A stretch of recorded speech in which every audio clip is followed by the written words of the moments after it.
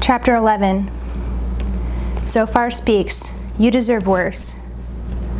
Then Zophar, the Naamathite, answered and said, Should a multitude of words go unanswered, and a man full of talk be judged right? Should your babble silence men? And when you mock, shall no one shame you? For you say, My doctrine is pure, and I am clean in God's eyes. But oh, that God would speak and open his lips to you, and that he would tell you the secrets of wisdom, for he is manifold in understanding. Know then that God exacts of you less than your guilt deserves.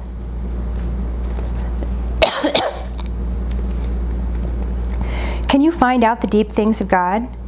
Can you find out the limit of the Almighty? Is it higher than heaven? What can you do? Deeper than Sheol, what can you know?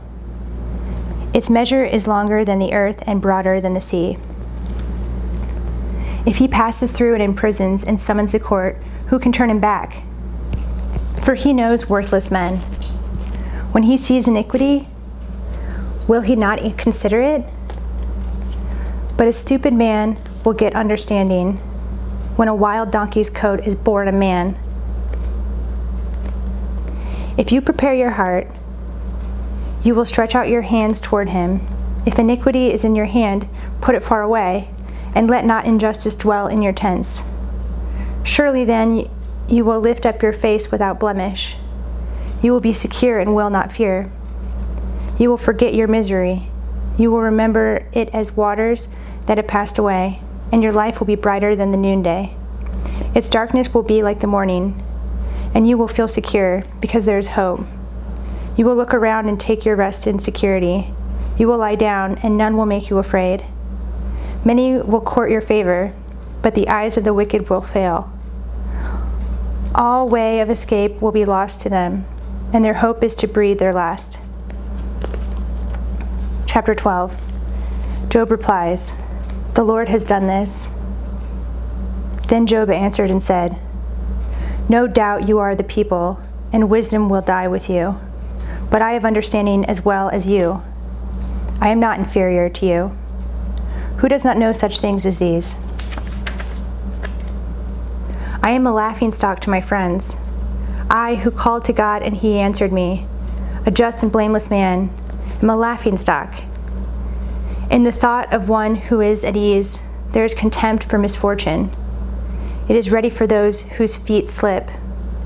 The tents of robbers are at peace, and those who provoke God are secure, who bring their God in their hand.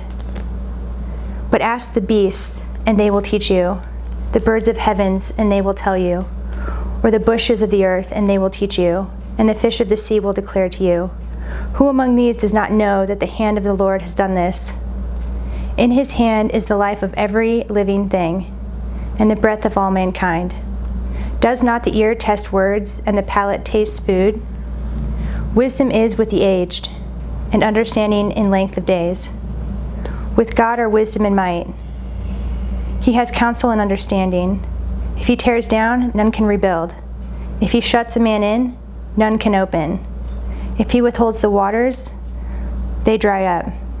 If he sends them out, they overwhelm the land. With him are strength and sound wisdom. The deceived and the deceiver are his. He leads counselors away stripped, and judges he makes fools. He looses the bonds of kings, and binds the waistcloth on their hips. He leads priests away stripped, and overthrows the mighty. He deprives of speech those who are trusted, and takes away the discernment of the elders. He pours contempt on princes, and loosens the belt of the strong. He uncovers the deeps out of darkness, and brings deep darkness to light. He makes nations great, and he destroys them. He enlarges nations and leads them away.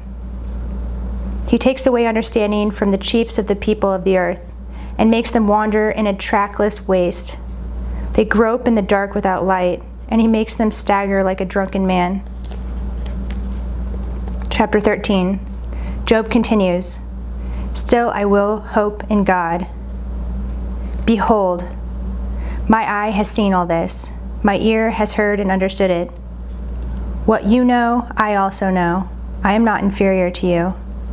But I would speak to the Almighty, and I desire to argue my case with God. As for you, you whitewash with lips. Worthless physicians are you all. Oh, that you would keep silent, and it would be your wisdom. Hear now my argument, and listen to the pleadings of my lips. Will you speak falsely for God, and speak deceitfully for him? Will you show partiality toward him? Will you plead the case for God? Will it be well with you when he searches you out? Or can you deceive him as one deceives a man? He will surely rebuke you, if in secret you show partiality. Will not his majesty terrify you, and the dread of him fall upon you? Your maxims are proverbs of ashes. Your defenses are defenses of clay. Let me have silence, and I will speak, and let come on me what may. Why should I take my flesh in my teeth, and put my life in my hand? Though he slay me, I will hope in him, yet I will argue my ways to his face. This will be my salvation, that the godless shall not come before him. Keep listening to my words, and let my declaration be in your ears. Behold, I have prepared my case.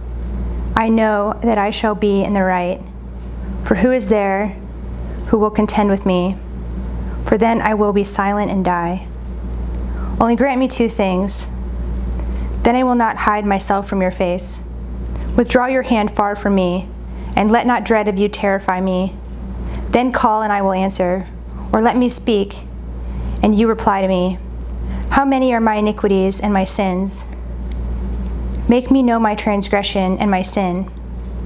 Why do you hide your face and count me as your enemy? Will you frighten a driven leaf and pursue dried chaff? For you write bitter things against me and make me inherit the iniquities of my youth. You put my feet in the stocks and watch all my paths. You set a limit for the soles of my feet. Man wastes away like a rotting thing, like a garment that is moth-eaten.